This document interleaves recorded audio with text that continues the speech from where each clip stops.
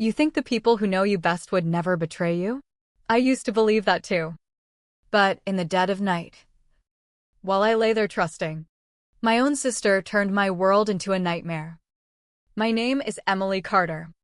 And at 35, I'd clawed my way to a life that screamed success, from a cramped childhood bedroom in suburban Tacoma to a sleek condo overlooking Puget Sound in downtown Seattle.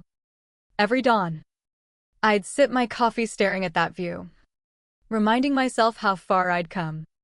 Not too shabby for a girl who'd watched her parents scrape by on minimum wage dreams. I was a senior marketing director at Pacific Edge Advisors, a mid-sized firm handling digital campaigns for tech startups. The gig demanded 60-hour weeks, endless client pitches, and enough caffeine to power a rocket. But it paid in the high six figures and earned me the kind of nods that made the long nights worth it. My team knew me as the fixer, the one who turned crises into opportunities, who never backed down from a tight deadline. Reliable Emily. That's what they called me. The one who delivered. No excuses. That condo was my fortress. 25th floor. Open concept layout. Quartz counters. And floor-to-ceiling glass that made the city feel like it was mine.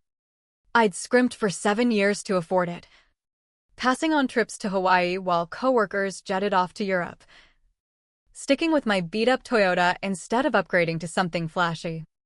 The day I closed, I toasted myself alone with cheap champagne, tears streaming down my face.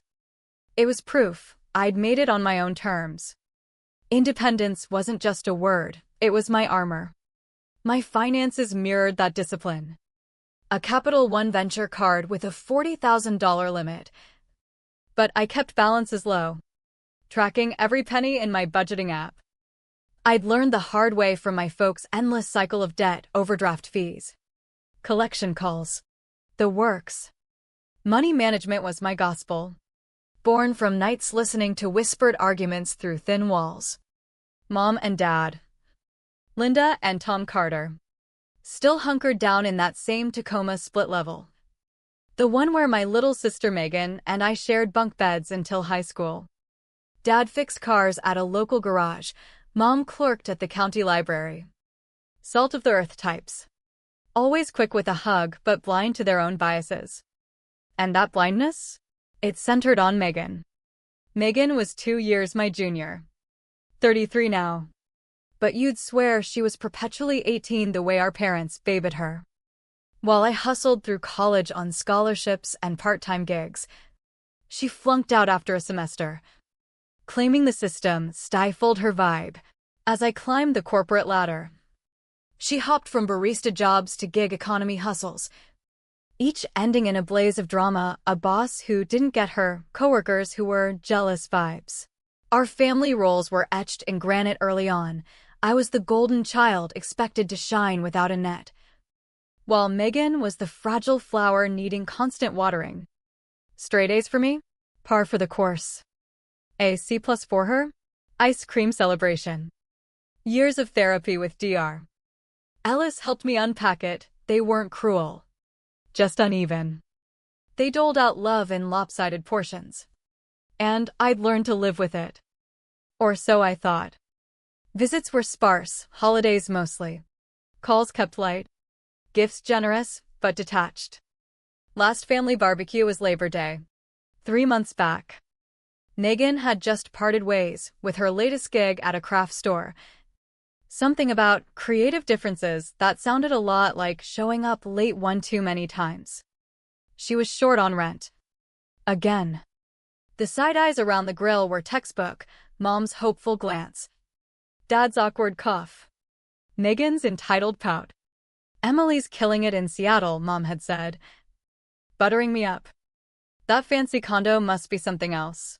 I'd set my burger down. Appetite soured. I'm not spotting Megan cash. Mom. The air went thick. Megan's gaze sharpened into something ugly. Not her usual sulk. I wasn't even asking, she'd snapped. All fake, honey. Must be nice. Though, being so above it all, that glint in her eye as she eyed my bag. The way she lingered when I swiped my card at the gas station on the drive home, it should have rung alarms. But family fatigue blinded me. 3 months later, she'd teach me the cost of that oversight. The red flags had piled up like unpaid parking tickets, ignored because facing them meant admitting the rot. Megan's cycle was predictable as Seattle rain: land a job through mom's connections, burnout in 4 months, blame everyone but the mirror, always a scapegoat, toxic team, micromanaging supervisor, bad energy, never her. And our parents swallowed it hook, line, and sinker. Megan's just wired different, mom would coo. She's got that artistic soul. As if artistry excused flaking on bills or mooching off everyone. Post-Labor Day gatherings turned frosty. I begged off invites with work excuses that were only half-fibs. But mom was a bulldog. Dialing weekly with guilt-laced tales of Megan's latest woe, the eviction notice, the busted transmission, the holistic treatments insurance wouldn't touch. We pitch in what we can, she'd sigh. The subtext screaming. But pensions don't stretch far. And you're thriving. Family sticks together. Right? Truth was, I'd bailed her out plenty, thousands funneled for deposits, repairs, online courses she ghosted. Each loan came with strings, last time or stick with this job. Each ignored. Cash evaporated. Megan unchanged. The snap came mid-December. Mom rang. Tears choking her words. Megan faced homelessness, $2, $500 due or out on the curb. I can't keep this up, I'd said, eyeing my investment portfolio earmarked for a rental property. She needs to adult. Mom's tone iced over. How can you be this heartless? She's blood. And when she ever had my back? You don't need backing. You've got it all. All I'd earned. All I'd bled for. Arguing was futile. I stood firm. Megan didn't hit the streets. Magic money materialized. Dad's overtime, but I smelled retirement raid. Texts went radio silent after. Megan unfollowed me everywhere. Mom's calls turned curt. Then late December. A random Tuesday. Megan hit my line direct. Voice quivering. Vulnerable. Sorry to bug you this late. Can I crash at yours? Just one night. What about your place? I probed. Already softening. That's the trap of being the rock, you can't switch off entirely. I'm between spots. Staying with a buddy. But her ex showed up wasted. Things got scary. I need safe harbor. Just till morning. Safe. She knew my soft spot. One night, I relented. Big client pitch tomorrow up at dawn. I'll be invisible. Promise. She arrived disheveled. Mascara streaked. Clutching her knockoff tote like a lifeline. For a flicker. She was the kid sister I'd shielded from bullies. And my walls cracked. Thanks, she murmured. Genuine seeming. I fixed up the spare room. Tossed in fresh linens. Brewed her my premium herbal tea reserved for crunch times. We skipped the heavy stuff, money. Parents. The rift. For an hour. It was old times, binging rom-coms. Sharing laughs over takeout. Bed calls, I yawned finally. Pitch game's on. Knock, I'm dead, she said. You always do. I popped my usual Inesta crutch for high-stakes eves and crashed. Phone charging bedside. Bag hooked by the door. No lock on my bedroom. Never needed one in my haven. At 1:45 a.m. While Inesta dragged me under. My haven shattered. The drug hit like a freight train that night. Maybe from the pitch nerves or sibling strain. But I sank deep. Oblivious to the city hum below. Room bathed in moonlight through undrawn shades. Phone face up. Alerts muted. Bag in plain sight. Wallet peeking. Guest door creaked at 1:52. Megan patted silent. Socks muffling steps. Phone glow dimmed under palm. She'd mapped my sleep patterns from shared vacations past. New Lunesta made me zombie level out. She paused in my doorway, watching my even breaths. Pitch decks littered my vanity, client briefs, mock-ups, my scripted opener. Tomorrow's stakes? Landing $1 million account I'd nurtured for 18 months. But Megan's eyes skipped that, zeroing on my wallet. She eased it free, snapping pics of each card, venture primary, Amex backup, even debit. Methodical. No fumbles. Nothing like her scatterbrained act. Cards were appetizer, phone the entree. She unplugged it gingerly, angling for Face ID in the glow. Screen unlocked. She dove in, added her face as alternate. Rerouted bank alerts to silent. Screenshot passwords from my manager app. Slick. Premeditated, not impulse. But blueprint. Forums. Tutorials. Months of plotting during those zoned-out family meals? She'd prepped like a pro. By 2:22. Phone repositioned exact, cable curve matched. Wallet restored. She retreated to her room, firing up her laptop. The drain started, VPN masked. Logging my accounts. Codes hit my inbox, she snagged. Deleted. Trashed empty. First hit, Delta first class to Vegas. $2,800. 7 a.m. Departure. Then Bellagio suite. Week-long. $3,500. Shopping blitz, Macy's. Bloomingdale's. Online hauls to the hotel, purses. Heels. Bling. Kept hits sub-fraud radar, $1,200 here. $900 there. Across cards. By 3:45. $12,000 gone. She slipped out at 4:30. Me still comatose. Leaving a note in loopy script, T-checks for the spot. Sis. Early shift call. Fingers crossed it sticks. XO. The mockery burned later, a shift while jutting on my dime. Alarm blared at 5:30. Groggy. I spotted the note. Felt a naive twinge of hope. Pitch prep mode kicked in shower. Outfit. Mental run-through. Grabbed phone for traffic check. Boom. Rogue alert pierced mute. A $2,800 flag at 2:03 a.m. Heart slammed. More poured in. Hotel. Retailers. Totals spinning. Panic clawed up. Capital One on speed dial. Voice fracturing as I reported. Repcom, these cleared with your phone codes. Ma'am. Shared access. Then it clicked. Deleted emails unearthed. All wee hours. Face ID settings? Alternate added 1:58 a.m. Megan's mug. I crumpled. Pitch forgotten. Note mocked from counter.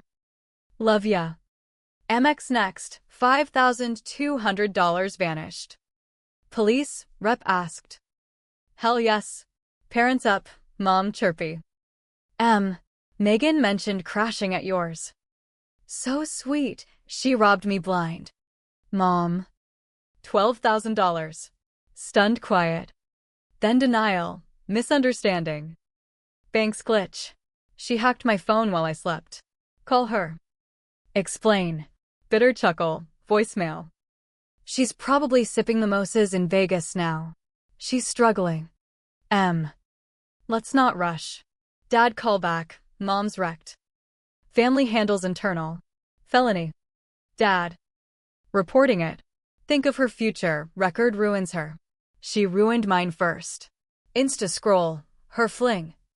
Tyler. Story posted slot wins. Vegas strip glowing. Not hiding. Boss ping, Jim. Postpone pitch. ID theft crisis. Take the day. We got you. Next 3 hours, thanks. Freezes. Seattle PD. Officer jaded, sister? Access granted? Guest room only. Family cases messy, DA pushes settlements. Full press. Max charges. Unknown text, Poolside selfie. Her in shades I'd funded. T checks for the getaway. Big sis.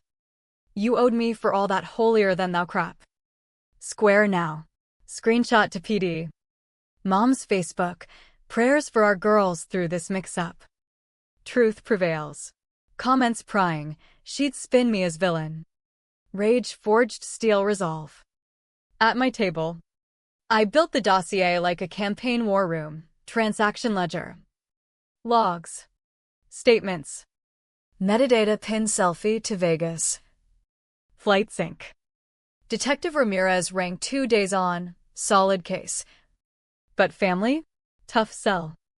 Parents lobbying precinct. They what? Misunderstanding plea. Need more? Got it all.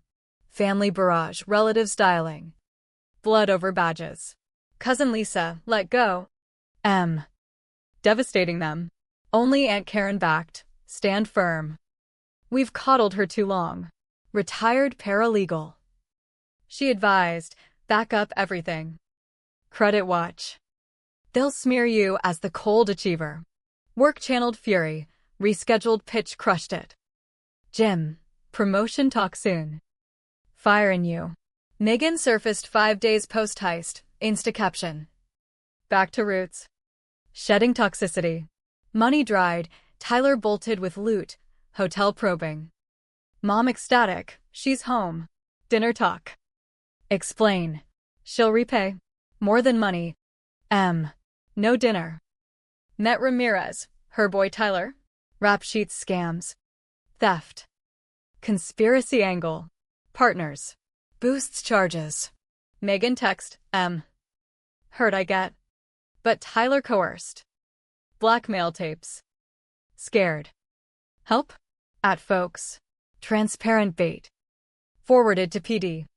Replied, report it then. Oh. Wait, liar. 17 missed calls. Mom hysterical. She's suicidal. Your fault. Blocked them all. Silence golden. Ramirez. Warrant ready. Theft. Fraud. ID. Go time. Welcome back. Bash Saturday. Facebook slip from oblivious uncle. I texted mom unblocked. Attending. Family chat. Glee. Knew you'd soften. 6 p.m. Prepped arsenal. Prince tabbed. Suited sharp. Arrived late. House packed. Megan center stage in pilfered dress. Talk halted. Emily. Mom hugged. Megan's ready to clear air. I laid portfolio down. Before tales. See facts. Face log. Bookings. Selfie taunt. Room iced. Coerced? Looks cozy. Chaos. Denials. Sobs. Megan cracked. You flaunted success. I struggled. Earned mine. You stole. Phone out. Ramirez? She's here. Doorbell. Cops. Bedlam screams. Threats. Megan bolted futile. Cuffed. She spat. Unforgivable. Ditto. Trial 3 months. Plea begs rejected. Parents mortgaged for lawyer. Court stark. Prosecutor demolished defenses. My statement. Success is an abuse. Theft is. Guilty all counts. 15 months. Probation. Garnish. Parents estranged. Payments trickle. $300 total. Megan out early. Call center drone. Redemption posts. I'm free. Boundaries fortress strong. Blood's thick. But poison's thicker. I drained it. Found me. Worth every cent lost.